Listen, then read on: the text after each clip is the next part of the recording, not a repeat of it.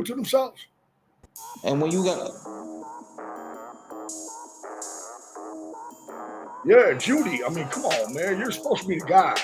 we got a bad team, when you're not as Hey, talented, we're live, y'all.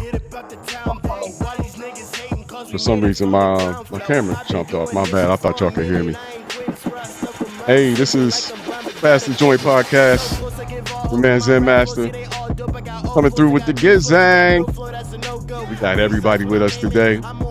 Featuring this dope ass track AO by my little cousin Jay Rax, former rapper. Now he's an insurance agent out in the city of Chicago, making his dreams come true. Let me introduce tonight's panel as I take down all this barrage of notifications and stuff that's in our way here. We got our mans, Past the Joint official, PJ the Dawn. How you doing tonight, PJ the Dawn? what's going on with y'all, man? Ain't nothing, man. Just getting it cracking this whole day. I've been sitting here watching the NFL football. We've had some spectacular games. We've had some terrible games. But next up, let me introduce to you from Straight No Chaser, Joey Flosa, aka JC, the Cowboys fan. How's it going, Joey? Hey, man, it's all good. Another great day to be watching NFL football. I like college football, but when I hear people tell me that they like it better than the NFL football, I'm like, yeah, man, you must like marching bands and Yeah. stuff. All right. NFL, man, is just the quality of it. You know, these guys, you know, this is why we watch, man, the quality of athletes, quality of player. So it's another great day, man. A lot of great games on the slate. I can't stand when I look at the college football schedule, especially the first couple of weeks, and you're like, not watching Penn State play Appalachian State. When I watch that, Right. I know Oregon's going to kill The them Citadel. 69-3. Right. Like, it's such a waste of time. They should have a preseason for shit like that. You know what I'm saying? But Florida played Long Island. I didn't even know Long Island had a football team. exactly. Florida played Long What Island. Are you what's the kidding me? point? What's the point? With that, let's introduce For real. also from the Straight No Chaser podcast, also a Dallas Cowboys fan, as you can see, D Brown. What's happening, D Brown? Hey now, what's good, man? Good to be on with y'all. And it's like my man Joey said, man, it's another good day to sit back and watch what I call America's pastime, man, the NFL football. It's not like NFL Sunday, man. It's you don't know what you're gonna get. Good slate of games. You're gonna live and die to see what your team gonna do that day. You're taking a peek around your division, your conference, you know, just plugged in, man. So it's good to be on what you got. Right, all right. Well, without further ado, we're going to talk about the best game of the day by far. I'm sure everybody will agree. I know these guys are going to agree because they're Cowboys fans. But the Dallas Cowboys versus the New York Giants was a spectacular. I tuned in about the third, late in the Okay. third, early in the fourth. You know, I was really focused on the Steelers until it was apparent what was going to happen there. But man, fireworks. The whole third Yeah. and fourth quarter was nothing but fireworks. So how many points? 80 something points in this game scored? Way something over. like that. Yes, sir. Yeah. 77. 77. Well, Yeah. we had a and the over and under. Yeah, the over and under was 44. word And they hung up 77. 77. So we had a show this morning in which we had some predictions. And our man D Brown was pretty strong in his prediction. I was. So without further ado, let's share that beautiful bean footage like they used to say back in the Oh, Lord. 80s. Let's roll that beautiful bean footage. Here we go. Come on with it. I'll keep it here.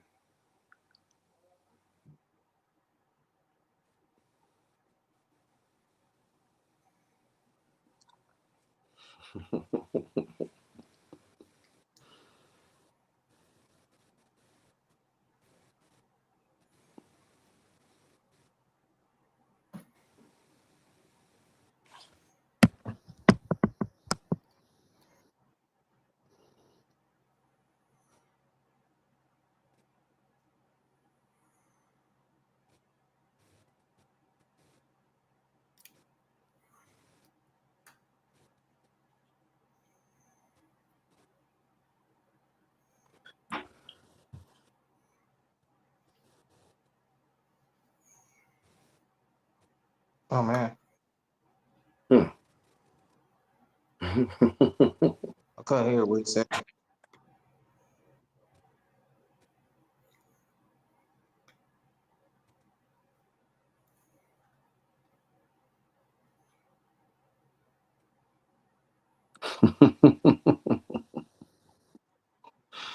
I love this.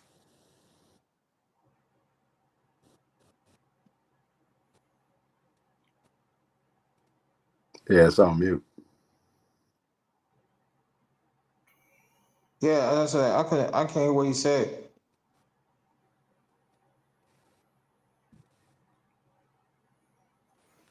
Ooh. Ooh.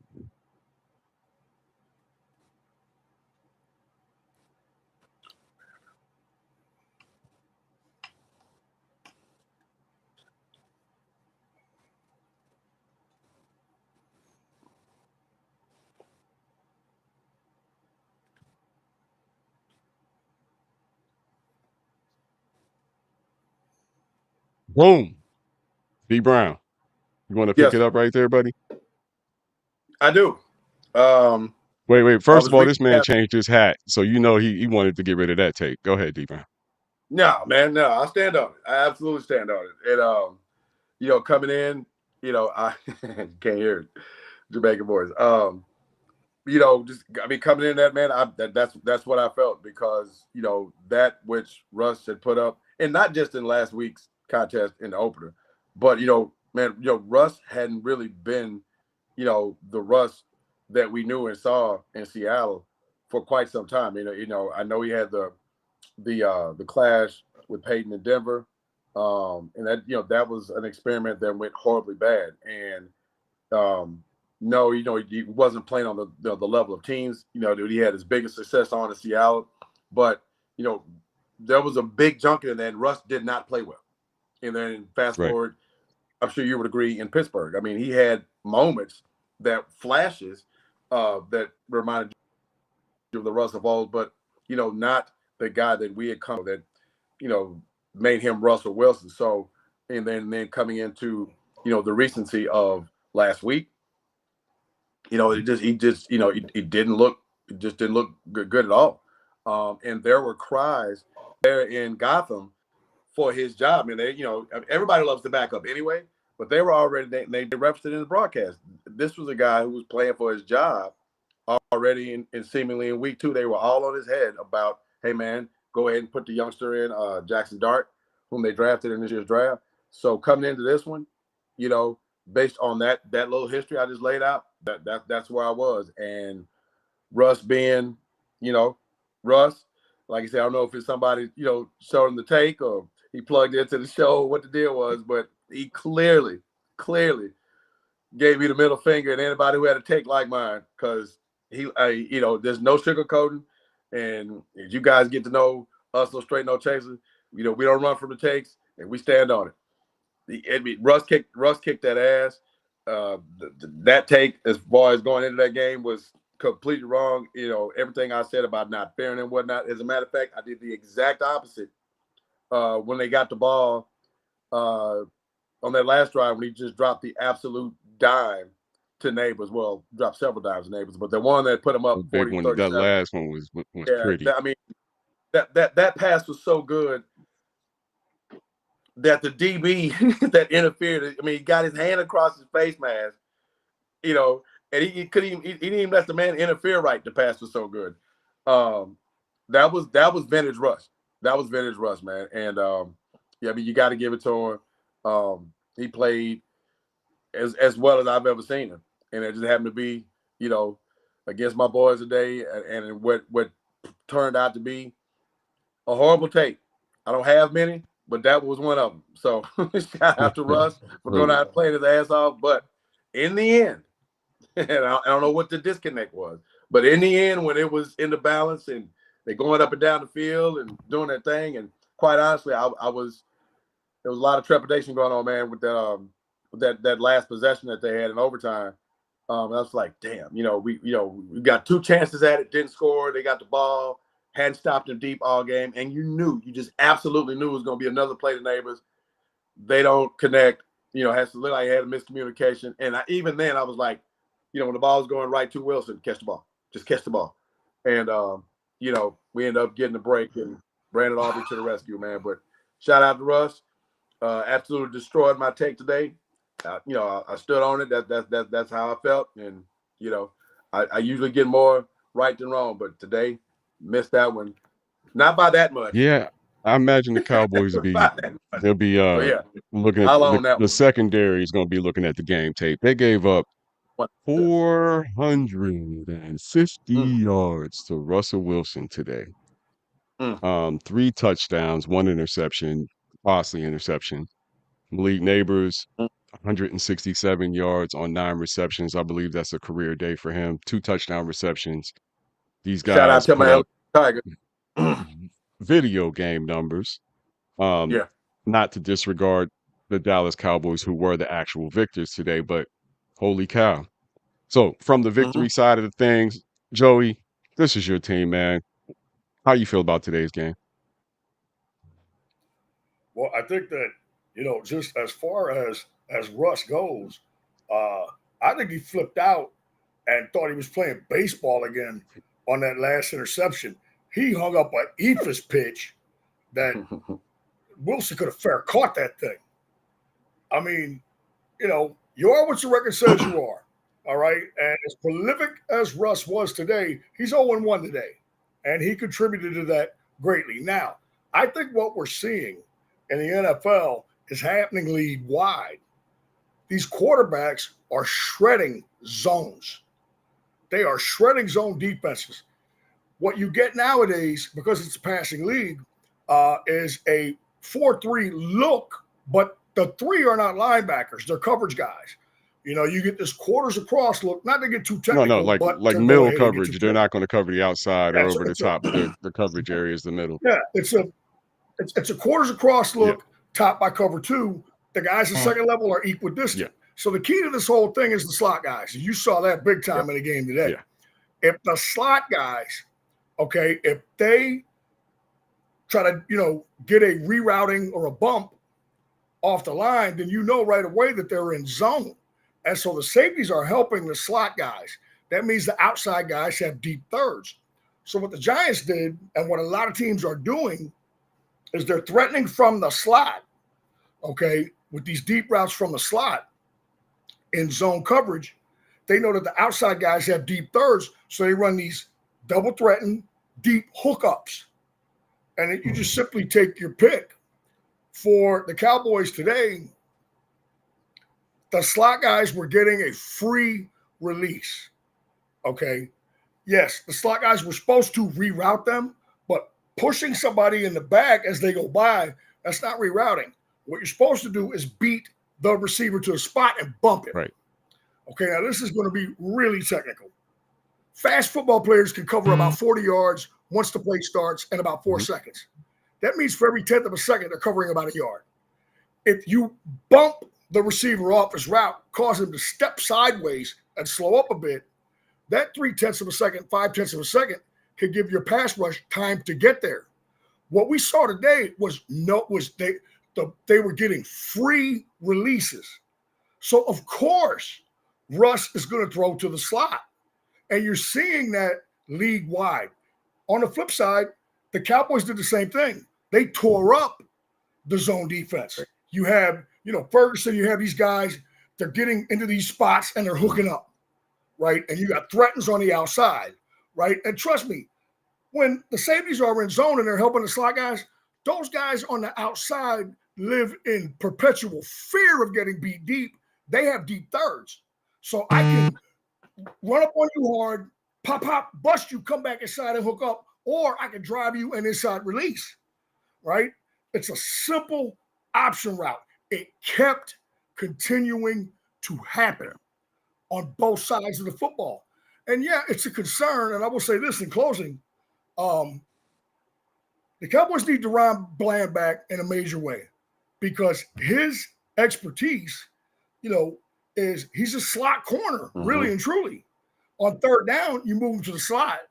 You're seeing everybody doing all these things with the slot guys because the slot guys kind of tell the quarterback what the coverage is. It could be a slot guy, it could be a tight end guy, it could be a tight end, somebody close. They tell you what that coverage is underneath, right? And they're making a living at it with these simple option setups, threaten, hook up. When they got deep thirds, you got the hook up. And they did that. And the Cowboys did that too. Ferguson setting down in zones. Lamb running these longer developing routes against these zones, which if you go back 2 years ago and saw the Cowboys play against the Green Bay Packers in the playoff game, they were in zone, topping these blitzes with zone, and Green Bay just crossing routed the hell out of them, finding the spots in the zone. These quarterbacks nowadays, man, are so accurate and have such strong arms that they can. That's how you beat zone coverage, is with accuracy. So, yeah, man, good win. Always good to win. Always good to beat New York. Always good for my people up in New York when Cowboys beat them. I love it. But, man, there's a lot to work on. And I think this is a league-wide trend that you're seeing.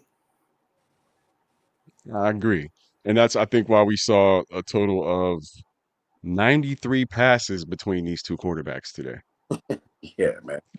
There was 200 plays in the game. Yeah, that's insane. The NFL's pass happy, man. It's a little. It's getting a little 3-point-ish, NBA-ish. Like, no doubt, exactly. Come on now. Great analogy. Yeah, we're looking at great analogy. Prescott, not to be out. It's all dunks and 3-pointers. Not to be outdone. Prescott 38 for 52 today, which is crazy, but 361 yards for him, 2 touchdowns and a pick. 25 fantasy points for him. Like I said, Russell Wilson 36 for him. Dallas receiving 18. Sorry, that's rushing. 18 rushes for 97 yards for Jay Williams. Good game for him. Cam Scatterbo led the Giants with 45 yards on 11 carries. Receiving, Malik Neighbors, we mentioned him earlier, 9 receptions. He had the big day, 167 yards. His partner, Robinson, 8 receptions for 142 yards. He scored as well. For the Cowboys, CeeDee Lamb, 9 receptions, 112 yards. George Pickens came out of nowhere, 5 receptions, 68 yards, including a touchdown. I got to ask you Cowboys fans, and we'll get there. But first, I got to ask PJ to Don. PJ, first of all, did you have a chance to watch this game today? Yeah, I did. And what are your thoughts, man? First thought, as far as the Cowboys go, y'all defense is gonna be a problem all year, man. It's gonna be a major issue because of the pass rush not getting there. And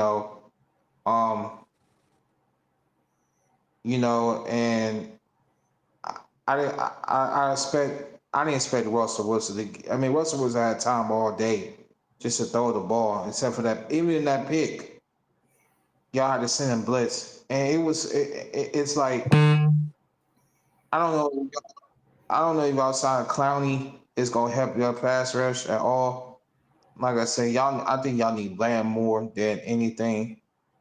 But at the same time, y'all need to get a pass rush because some of the echelon quarterbacks are going to expose the Cowboys, defensively because of no pass rush. Which brings me to Jerry Jones, not signing Michael Parsons, man. We did not talk about that this morning, so it's very timely that you bring that up, PJ. He's the one person on y'all team that we got home to the quarterback. I don't know, and people got different reasons why he didn't sign or why he didn't do this. I believe that Jerry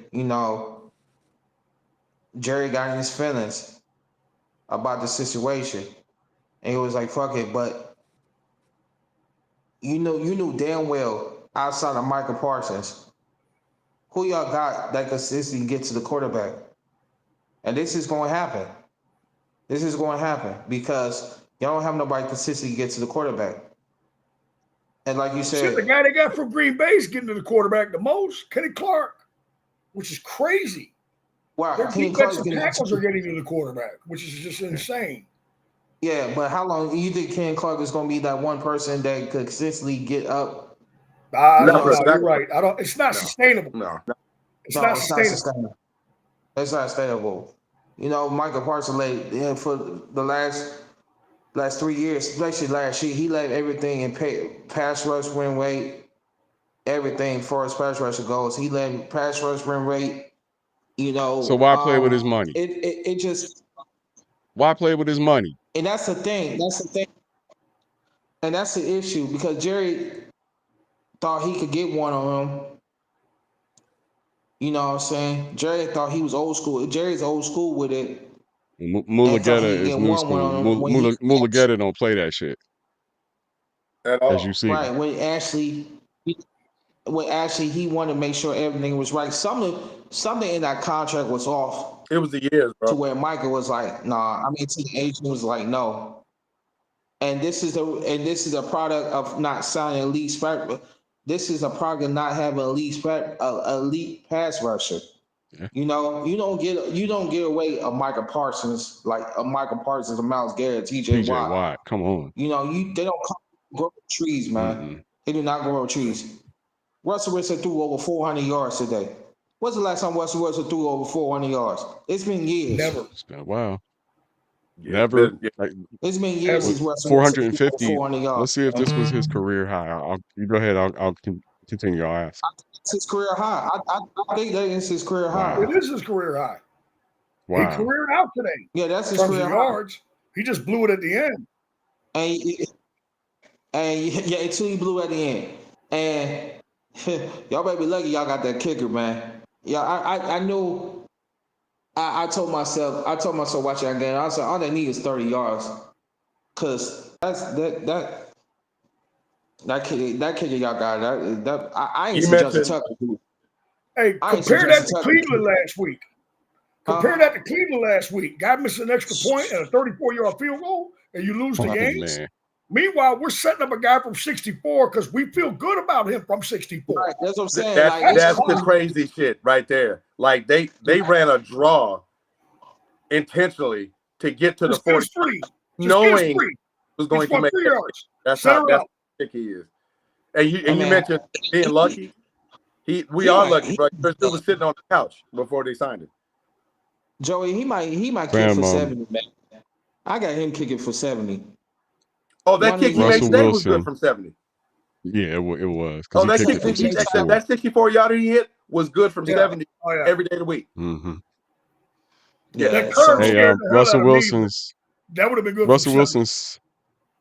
Russell Wilson's single game high career passing yards in a regular season game is 452, which he set against the Houston Texans on October 29th, 2017. So today he was 1 yard short of his career. No kidding. Wow.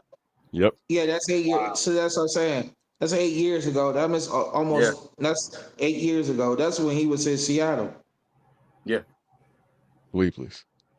Wow. Speaking of Seattle, I have to take that one on the chin today. As we move on from the Dallas Cowboys, I think we beat that dead horse for a while now. I had to sit here and absorb a loss from the Seahawks today with Aaron Rodgers coming out hot. He started the game, I think 3 for 3, and then just kept dinking and dunking. But the truth is, this might be Mike Tomlin's first losing season.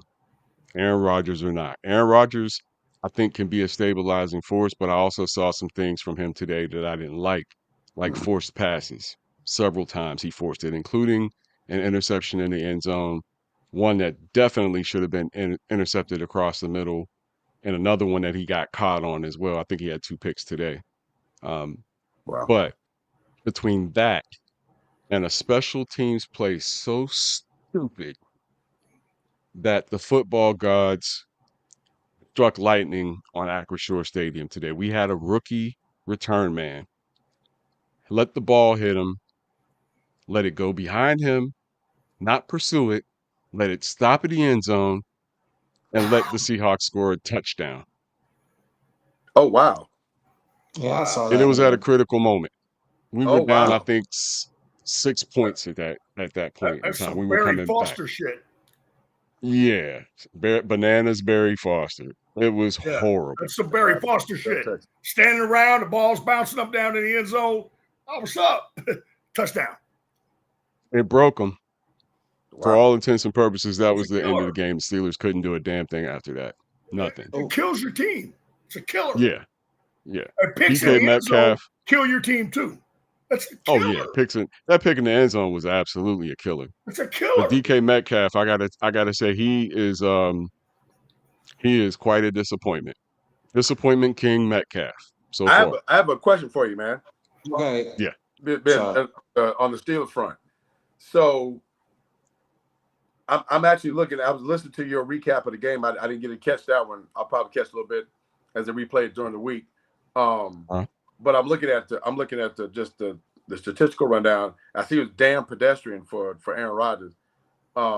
18 of 33, 203, a touchdown and 2 picks. Took 3 steps. So that's for Aaron Rodgers. Even should have been 3. Pedestrian, right? Should have been 3 picks. He threw it right to a defender. The defender dropped it. Wow. But I'm looking at the DK Metcalf thing, and it leads me to my question. So I see it 3 for 3 receptions, 20 yards, and a touchdown. But man, when that signing happened, right, and he got the long bread to come over from Seattle, I openly, question like, for Metcalf? Where were you? What was your thought being a dyed-in-the-wool Steeler guy? What was your thought even at signing him to be that alpha receiver for that kind of bread? Because I've never seen DK Metcalf as that. I don't look at him as the top dog. I look at him as a over the top breaker, but I don't look at him as a number 1.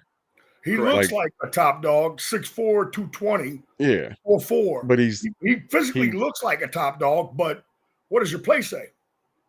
He doesn't have the football experience that most of the guys at his position does. He just doesn't. And it shows. But you get somebody beside him. Calvin Austin's a little guy. He's a slot receiver. He's not great. There you go. You get somebody beside him, like a Tyler Lockett, and it'll open up the top for him. But DK is not somebody you can send to run post routes, out routes. Even he dropped a quick slant today. To hit it the quick slant plays on the ones that you gotta have to move the chains. You gotta be that guy's like, okay, you go to your CeeDee Lambs, you go to your Jeffersons, you go to your Chases. When you that gotta have it play. I've never seen Metcalf. He's not that polished a route runner. He does not have a lot of routes in his bag. He absolutely does not have a lot of routes in his bag. And per se, he's a physical freak, big, crazy, fast dude. But when I saw the contract that he got, I said, man, Steelers fans have got to be looking at that and like, bro, that's what we're doing? That's the bag we're spending for our A-list guy? I'm just curious what you thought. That's out of character for them. That's out of character for Pittsburgh. They normally don't do stuff like that. You rarely get a second contract. This is Omar Khan. Right? Like you get to your second contract, they're like, all right, man, head on down the road. We'll bring somebody else in. This is Omar Khan. Pittsburgh do that. And it's one of the changing. reasons, because they've drafted so well, they don't shoot their wad with big contracts. Maybe Palomalu got paid. Maybe Roethlisberger got paid. AB, hey, they let guys go with second contracts in Pittsburgh. And again, you're talking about a guy who he doesn't run great routes. If you're going to be a Z, you're going to be a face-up guy with a right-handed quarterback, all right? You've got to have every route in your bag, all right, if you're going to be elite. Otherwise, you're a guy who is number 1 in name only. I look at him as a game breaker, somebody you go to when the other team is, halfway asleep and you see an opportunity to go break, over the top. But I like possession receivers. Hines Ward was a great possession receiver, right? Great Hines Ward. A guy like Hines Ward who moves the chains. Amon-Ra St. Brown is brilliant. Amon-Ra is brilliant. We need a good possession receiver, and Calvin Austin ain't it. Now, this kid we got, this Roman Wilson from Michigan. When they unleash him, he's going to be a little bit of an issue. And I don't know what they're waiting for. But that kid's good. Maybe it's just a matter of progression. But, I think this is going to be – it might be Tomlin's first losing season. Wow. Rodgers, the way he played today really bothered me because I definitely saw him forcing it. And maybe he was forcing some to Metcalf, but I saw him forcing the others as well. So, maybe he just needs to look at his footage and calm down a little bit. But they was on his ass a little bit too. I will say that. Credit to Um, Seattle. They came out and made the plays today. We didn't. Yeah, man, I okay. like guys like Romy in Chicago, kid from UW.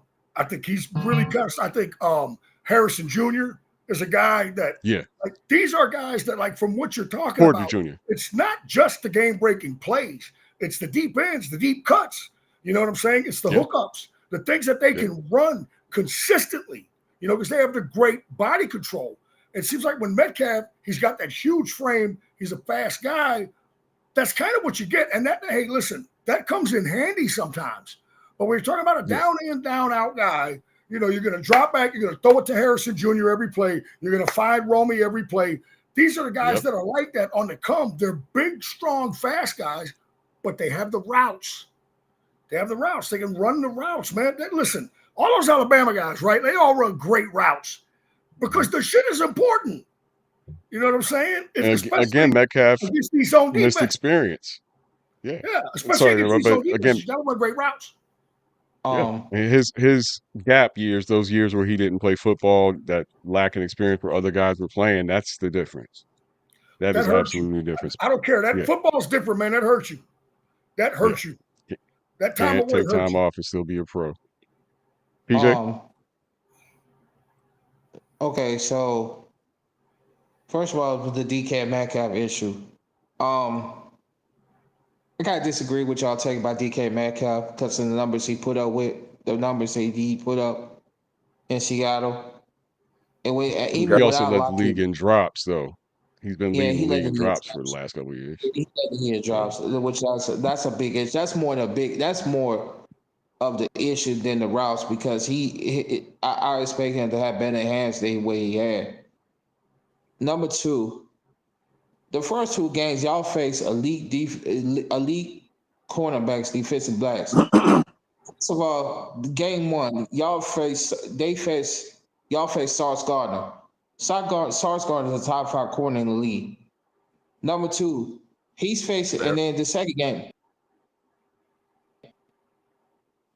y'all face your former team, which young corners in Seattle.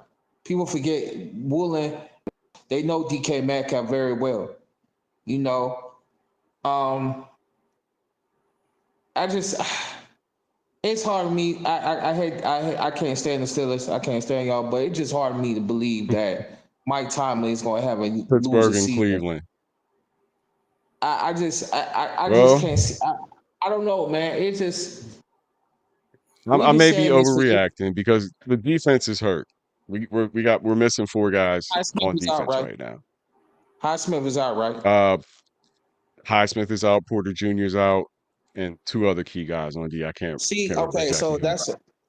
that's the thing. Joey Porter's out. You know what I'm saying? To me, he's your best corner to me. I don't know why y'all trying for Rams. I don't know why y'all trying for Rams. It's like that's another issue for another. What? That's You another didn't see what section. Ramsey did last week?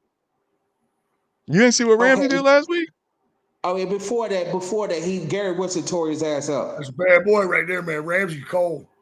He laid Garrett Hey, Wilson ass, Cole, man. and Gary I like Wilson that dude. knocked the I ball off him. He before separated that that man hit, from the ball. The play right before that, Jalen Ramsey had a key play. Hey, what about the flop? Hey, what about the flop? Oh, Lord. Oh Like my God. 15 before yards. that, Take but- that with you. You just got 15. Oh, I've been struck. but I I just can't. His head's in the game, you know? Yeah. I just can't see. I really cannot see. I really cannot see y'all having us lose the season if maybe y'all ain't gonna win. Offense. Maybe y'all by the playoffs, but to have a losing That's just season. not what they do. They don't have losing seasons in Pittsburgh. That's just not what they do. I don't think I'm gonna have a losing season. See that's lowering the bar. That's not the life we live, and that's what everybody's pissed off about. We ain't about not having losing seasons. We're about fucking championships. And Mike Tomlin got to start delivering because we ain't won a playoff game in 8 fucking seasons, and Okay. everybody's out of patience. Okay, Period. but at the I same, don't give a shit if he goes 9-8. I at the tripped out. same I time, didn't know that he only had one Super Bowl, right? And then I looked at it, I was like, damn, he only does have the one. Now, I have a ton of respect for Mike Tomlin. I I got so love much the guy, Mhm. but I'm not a Steeler fan, so I'm not watching day to day. You know, you guys, you Steeler fans, are taking a much more critical eye, you know, in Yeah. seeing what he does day to day, how he gets down day to day, and you're looking at the overall track record. And it's like you Yeah. said, non-losing seasons not good enough, That's you not the know. bar. And so, you know, they're very consistent with their coaches in Pittsburgh. You know, some franchises are like that. They're like, you know, we're not going to pull the trigger on a guy and fire. And oddly enough, speaking of being consistent with coaches, the Giants were like that for decades. Now you look at them and they're firing whether it's McAdoo or whoever the hell it is, they're firing them left and right. They're trying to stay with Dable and stick with Dable, him. my Yeah. But damn, man, you know, you look at the success that Daniel Jones is having and that Saquon Barkley had, and you see They that wanna- leave your building. You know, your Your ass organization gotta is in go. disarray. And the They're Steelers don't fucked have that. up. They have good personnel guys. The Steelers don't overreach on free agents. They have good personnel guys. They try to be very solid in the draft. It hasn't always worked out, but they're usually pretty good there. And so there's not a lot of variance. You know, they're hanging around at 8-8, Well, see, that's 9-7. what Of course, Omar now Khan 10-7. Omar Khan was supposed to Right? shake things up. That's why you see the DK Metcalf and why you see the Right. unusual free agent moves because of Omar Khan. The Steelers can't be stuck in tradition forever. They can't lean on the 70s forever. They can't lean on the last two forever. They got to modernize. And that's the bottom line. And right Hey, now, I don't don't tell see me it. about leaning on the pass. I don't see it right now. Don't tell me about leaning on the pass as a Cowboys Hey. fan. That's the, All right, because that's all I that's the have. problem right Cuz there. been there Y'all 23 always years. Y'all always winning 8 Go and ahead. 9, 10 games. Y'all always win 8, 9, 10 games. Y'all be in the bottom half in the drive. Y'all be bottom half of the drive. All the top quarterbacks is gone. So, like you said, y'all gotta push that button. Y'all gotta push that button because, like I said, But shit, ask those losing teams what it's like. At least the Steelers are like they're always in the drama. they always in the You consistent. know, like trying to get in, that kind of thing. It's coming down to the, you know, all the games mean something seriously. It's coming down to the end. But right. I mean, you know, They, like I they said, man, haven't. hey, no I'll be offense, my man. honest. But ask Cleveland how they But feel I'll be about it. honest, Joey. Cleveland are like to They be haven't. a wild card race and They haven't meant anything since Roethlisberger was healthy. Nobody's expected us to win shit. Not even us. If I don't think that I have a chance to win the Super Bowl at the beginning of the season, I'm not going to be extra disappointed at the end of the season. But if it's collective years and we're middling, this is the problem. What PJ pointed out is that we're middling all the damn time. The NBA mentality got to kick in for the Steelers, where it's okay to have a losing season. Yeah. It's okay. Maybe 2 losing seasons, as long as it is a controlled environment like in the NBA. We're tanking. Yeah. Say what you want. Yeah, we suck. We mean to suck right now. Catch us in a couple seasons. The Steelers don't know how to do that. And they better learn. And the tradition, and when you got Montana, who's a winner, is not having it's not going to tank for no one and nobody. That becomes an issue because, especially if y'all don't win, if y'all haven't won a playoff game in over 8 years, that's a 8 problem. years. That's a problem. And I got serious doubts about this season. I don't know if we'll win a playoffs game this season. I doubt it. Who we gonna wind up against? Baltimore, Cincinnati? Either one of them are probably gonna beat us. So Buffalo, they're gonna beat us. Yeah. Who we gonna beat in the playoffs? Kansas City? Who we gonna beat? Did you see Kansas City today? No, I didn't watch the whole game, but what happened with those guys? Let's move on to the Chiefs and Eagles game. Man, listen. Yeah, that's going on now, right? And teams like the Chargers. No, it's off. Yeah, and teams like the Chargers trying to break through. Off. You know, there's a lot of competition. Chiefs are 0-2. Yeah. Chiefs are 0-2. How about that? Good game. They can't score, man. They cannot. Patrick Mahomes, this is the first time I see Patrick. They cannot get open. They cannot get open for Patrick Mahomes don't have nobody to throw the ball to, man. Straight up. No They don't. weapons. No weapons. No threat other than And Kelsey. Travis, None. he dropped a potential game tied touchdown. They got That they tied the picked in the end zone. game. Yeah, they picked the end zone. So Yeah, the ball got on it. Well, yeah, I saw that. they need they need Worthy of Rice back, man. Bad man, cause How long is Worthy out? multiple. I'm not sure how long Worthy's out, but multiple weeks. in addition to what you're talking about, which is dead on, when they are open, man, St. Patrick is missing some guys, which is shocking to me. He's missing some guys that are wide ass. He missed one throw, right? And it's like he normally doesn't do that. He Right. missed one. He did it today. He normally doesn't do it. He missed. You know, it's such a year-to-year thing in the NFL, man. It really is. He missed one throw, right? Thorin was open down the sideline, like way open down the sideline. Yeah. He overthrew him. Yeah. Like overthrew him, man. I ain't never know Patrick Mahomes miss people that's wide open. Man, there wasn't no one around him. There was no one around the guy. But he got him the second time. But like I said, you're right. He did. He definitely did. He definitely got him again. Which again, they're killing zone defenses. Yeah. Same shit. Philly stayed in that damn zone, just like Dallas did, just like the Giants did. They stay in that damn zone because they feel comfortable with it.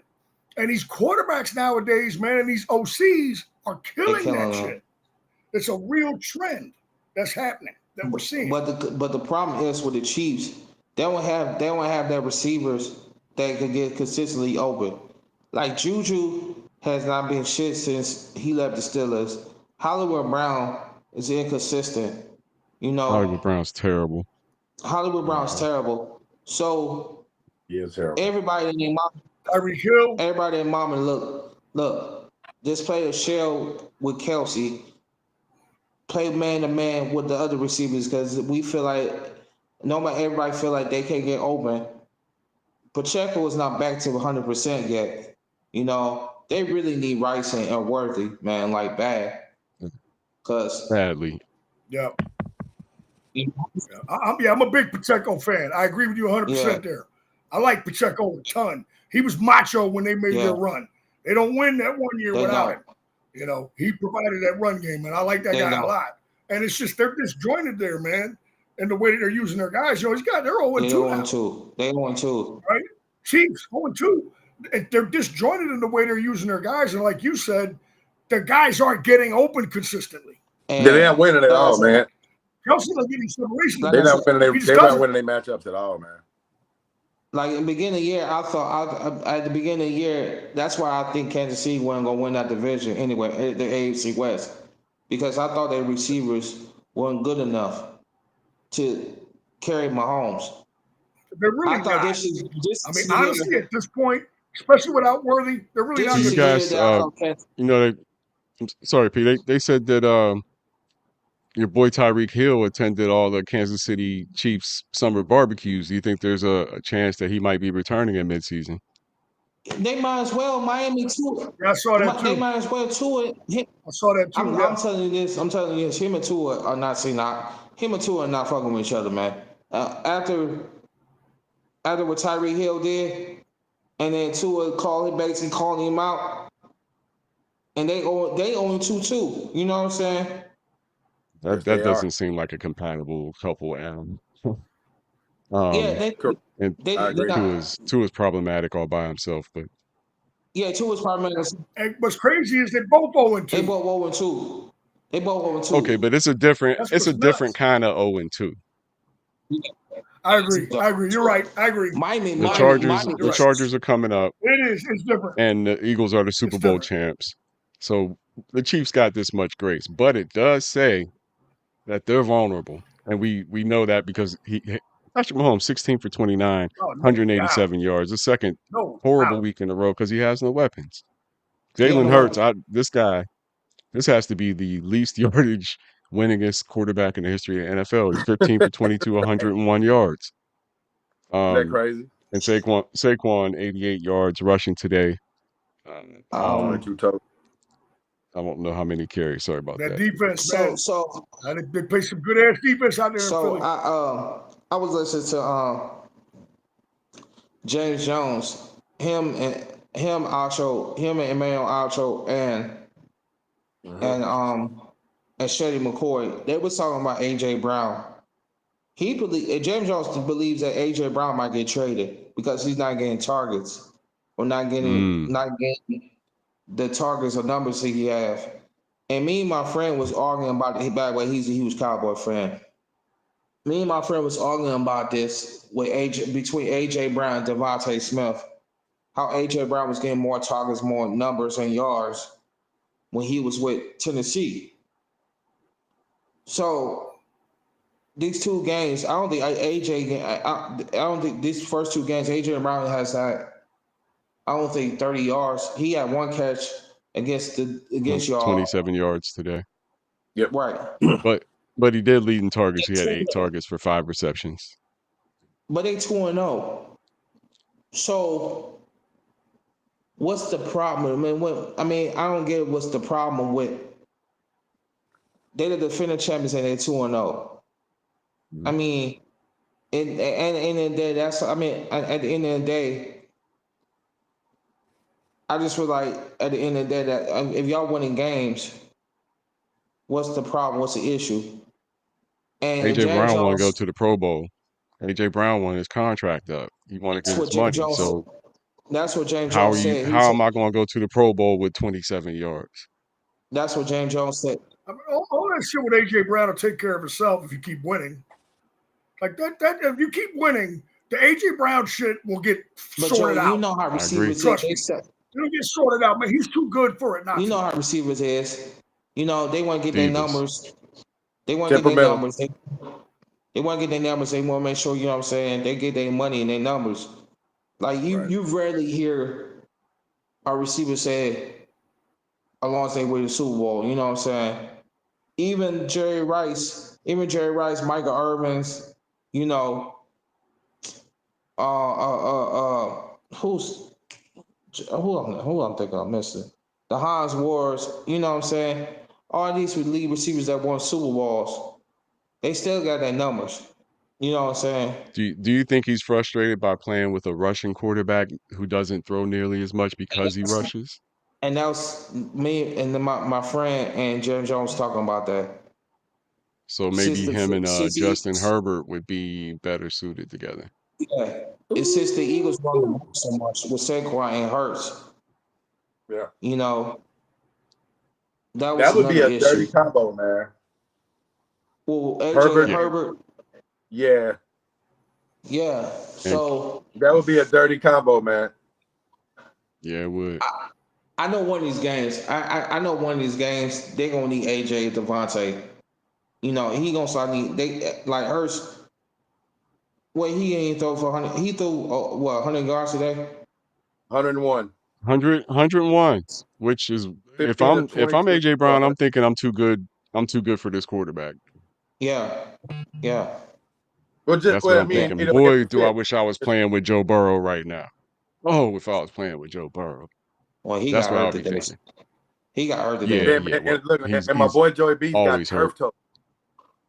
He got turf toe. Who did? Joey Burrow. Yeah, I saw that. Yeah, he got hurt. He's always got something, man. That dude can't stay healthy. That's gonna be the knock on him. That's my guy. But do you think that if AJ leaves, you think the Eagles will be any good? Yes. Yeah. I mean, I'd rather win and play poorly than lose and play great. So the Eagles have got time to figure it out. When you're the champs, that fall is less precipitous than when you're not. There's just something about being the champs that fall, you may slip a little bit, but it's less precipitous than literally everybody else. Like you see a team lose the Super Bowl, man, sometimes next year they don't even make the playoffs. Right. I don't think that'll happen with KC, but there's just, when you win a championship, man, the fall is less steep. Changes your franchise. Joey, does Yeah. this team It need just an kind of AJ Brown? Does this team need a premier wide receiver that good, or just will any wide receiver in this offense do? Because that's how I feel. James I Jones don't feel said the like same thing. they're using anybody in a special way, so why not? James Jones, that's what James Jones said, because he feel like they run the ball so much, and AJ numbers going, him and Devontae numbers going down, and like you said, they got to run a quarterback. But the problem is, people gonna start eventually stack the boxes against Saquon.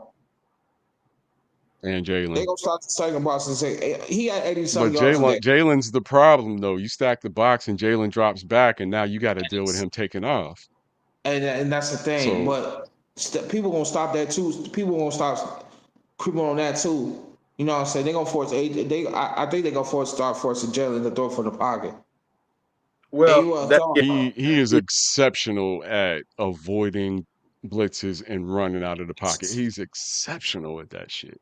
And I you don't see nobody stopping Jalen Hurts from doing that. Hey, Hurts is legit. Hurts Yeah. is a winner. Hurts is legit, At the man. end of this, Hurts is a winner, man. He's legit. Hurts has won every way that he go At every win. level. So I don't understand the issue. I understand the issue. I understand what James Jones said, but at the end, I'm like, if AJ ain't say nothing about it, AJ Brown ain't say nothing about it, bitch, and moan about it, then it's a big Yeah, issue, you know.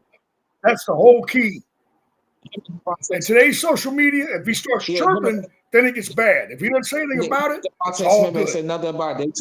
All They good. 2-0 right now. They 2-0 right now. I do want to see when they start losing 2 or 3 games and Jalen Hurts struggling. Then we gonna have an issue. Then we got to come back and talk about this issue, because if AJ and Devontae not getting the ball, then we gotta reevaluate that shit. We gotta reevaluate it. Cam Newton think Jalen Hurts is a game manager. well, I mean, PJ, to I a want to degree. go back to a question that PJ asked us a minute ago about if they move Brown, would the Eagles be good? Real quick, I think they will be, because right now, Howie Roseman is really good at plugging what Philly needs to make her successful. If you Yeah. think back just a few years ago, right, when they made the move to get AJ Brown, then you draft Devontae, then you go get Dallas Goedert, right? I mean, Yeah. it wasn't that long ago, PJ, that the noise in Philly was whether or not to roll with Jalen Hurts. That wasn't that long Right. ago. They've done an Right. outstanding job of putting guys in front of him with that offensive line and guys on the outside to help. Because we talk about it on our show all the time, and we used words like nuance and balance. And balance is something that we as Cowboy fans have longed for forever. Whether it's for Michael Parsons for years, we could rush the shit out of the pass, right? Leading the league in sacks. That means DeMarcus Lawrence was coming up. Sam Williams, when he was healthy, was doing his thing. All these guys, along with Parsons, great pass rush, couldn't stop the run for shit, right? Or Dak Prescott was doing the damn thing with guys on the outside, decent tight ends, whatever. We couldn't run the ball for shit, right? Couldn't do nothing in the red. So we always like that balance. So I think Philly, to answer the question that you asked, I think Roseman does a good job of plugging. I think he'd go out and make the deal, because we've seen it happen. That he's rebuilt that thing to get them to the champs that they are. So, Devontae. So the thing is, if you've got Devontae Smith and AJ Brown, or say if you move him and you go get another threat, they've got to have that, because Jalen Hurts doesn't look like Jalen Hurts once that outside threat is gone.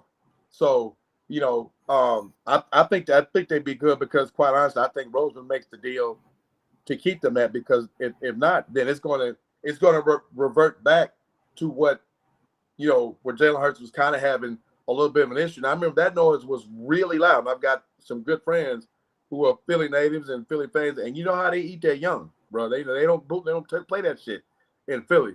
So as long as Roseman's there pulling the strings, plugging the holes that's needed to make their now, $200+ million guy, effective, yeah, I think they'll be straight. I mean, they have a lot of guys that make huge money there. Lane Johnson, highest paid right tackle. Okay. Mayada, big money. They got one of the best guards in the league. Big money. Jalen Hurts, 250. All right. Both Brown and Devontae Smith got paid. Saquon ain't cheap. All right. You can't pay They just everybody. extend him. Remember when the Chiefs flipped Tyreek Hill, that was about resetting their cap. Mm-hmm. Okay. Because, you have all these guys with the Chiefs. You got Kelsey, you got Chris Jones, you got Creed Humphreys. You have all these guys, you literally can't pay everybody. And I think, as an aside, a driving force, besides all the social media bullshit and the Micah Parsons deal, you can't pay everybody. Parsons leaves, Bland and Smith both get re-upped. Yep. All right? So you're not able to pay everybody. And I could see Roseman, he's been a genius. I mean, they're the blueprint up there in Philly. Smart drafting, which you got to have, all right, like Baltimore, like Buffalo, like KC. You got to have smart drafting, but timely free agents. And they've managed their cap in such a way, it's like, damn, they paid Mayada. Lane Johnson, makes $17 million. It's like, where are they getting all the money? Goddard's coming up, right? I mean, they managed to keep Brown and Smith. And Smith has been hogging out lately. He had a good game today.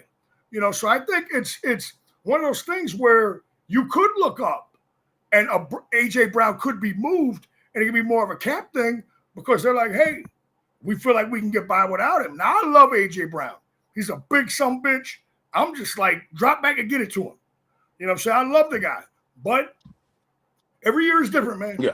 I just don't think with the Philly offense being what it is, I don't think you need a super stud at wide receiver. I think you just need some B-plus receivers spread out.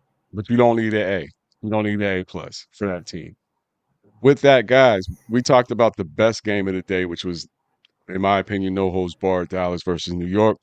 Let's talk about, we're not even going to talk about it. I'm just going to announce the worst game of the day with the Detroit Lions put the whoop ass on the Chicago Bears, 52-21. That boy, Jared Goff, man, something special. You kind of saw that one coming. I don't know what it's going to take, but 5 touchdowns from Goff today. 5. Count them. Wow. 5. Wow. And no interceptions, 334 yards. To me, Jared Goff is your NFL player of the week. PJ the Dawn, who you got so far anyway? Man, so I don't know. Do y'all think Caleb Williams is a bust? Who? Too young. He's talented. Too young. Okay. He has My bad. talent. The talent is there. It's just other shit. I don't care about the fingernail painting and all that stuff. It's not what I would do, but I don't care about that shit. The talent is there. And he's got Romy. They got a good run game. All right. For them, man, they need to focus. They need to continue to build that offensive line. For the bus. It's the way they drafted on offensive line. They took the kid from Tennessee instead of the kid from Northwestern, and I'm like, what are you doing? As soon as they took him, the Titans run up with the card. Oh, you didn't take the guy from Northwestern? Boom, they run up, and it's like, I wonder what they're doing up front.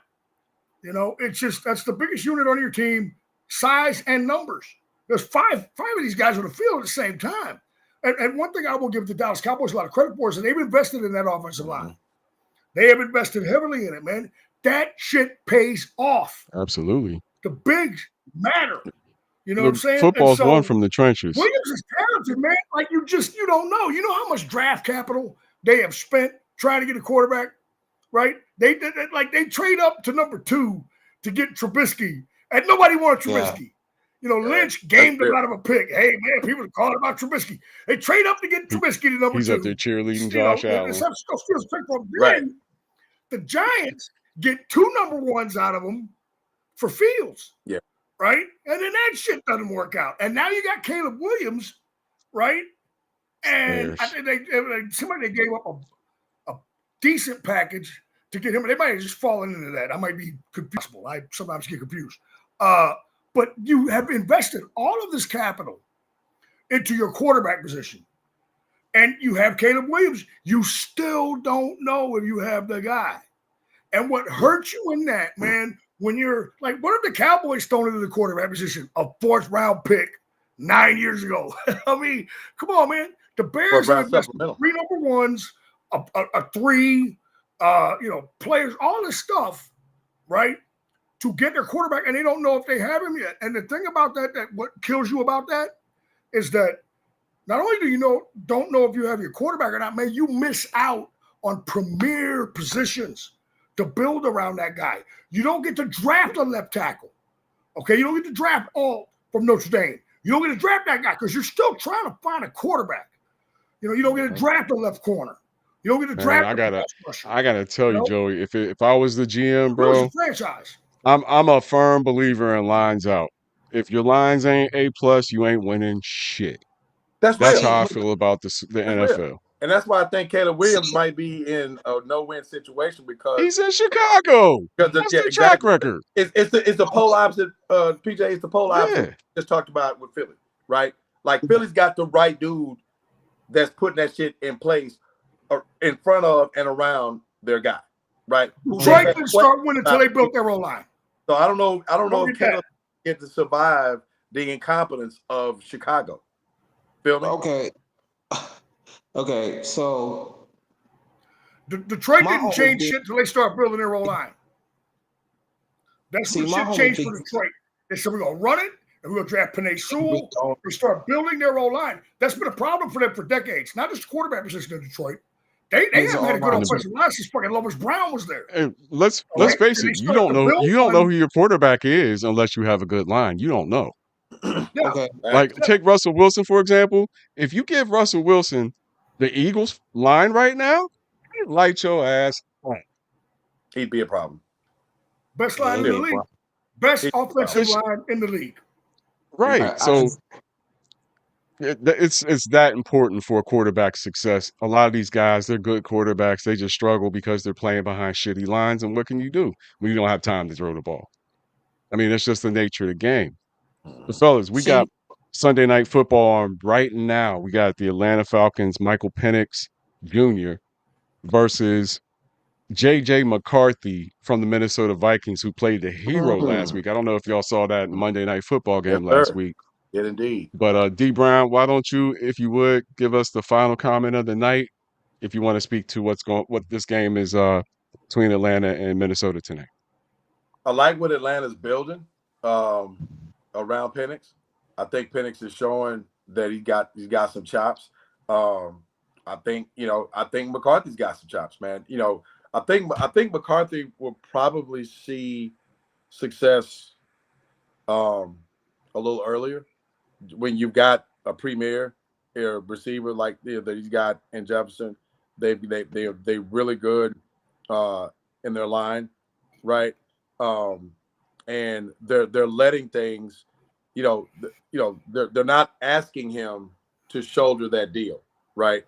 He's getting the reps and he's going to get better each week, but they're not putting the onus on him to win us football games, which I think if you're going to play your young guy, that's how you have to do it. As a matter of fact, we saw that in Dallas. When Dak stepped into that role, that line was one of the best lines that Dallas has had in history. You go get a stud running back behind it. You had a stud out there on the outside. You had a solid tight end. So you weren't asking Dak to win game. You were asking Dak not to lose them. 2 words for you. Trent Dilfer. But there you go. Perfect. Yeah, perfect. So I think I think both teams are going in the right direction with their young guys. I like the fact that they've identified them and they've I think they're committing to doing what they need to do to good success around them. I like the fact that they were Atlanta. I'm talking about very decisive and going with Penix and moving off of Cousins last year. I think that was smart. I like when organizations just say, "Hey, man, this is our guy. We're going with the kid." Now, to your point, then let's build these lines out. Let's go get Bijan. Let's get him a running back. You know what I'm saying? Let's go get a stud running back that he can lean on. So I think they're doing it right. I think both sides are doing it right. I think those are two teams that are probably going with arrows up in the NFC. If they could just with get somebody with that, y'all. Jesus, man. This is your man Zen Master. I want to thank my guests tonight. Really not guests, we family. This is D Brown, Joey Flosa, PJ the Dawn, Pass the Joint Podcast, Straight No Yes, sir. Chaser Podcast, Mashup. Make sure you check out the Hoop Jargon channel. You can find more content from D Brown and Joey Flosa over there. But we are all working together to make this thing go right. As they say, it takes two to make a thing go right. In this case, it takes a village, and we're going to be that village for y'all. Right on. Stay tuned. This is Pass the Joint Podcast. Your host, Zen Master. We'll see you on the next go round. Peace. On the other side. Peace.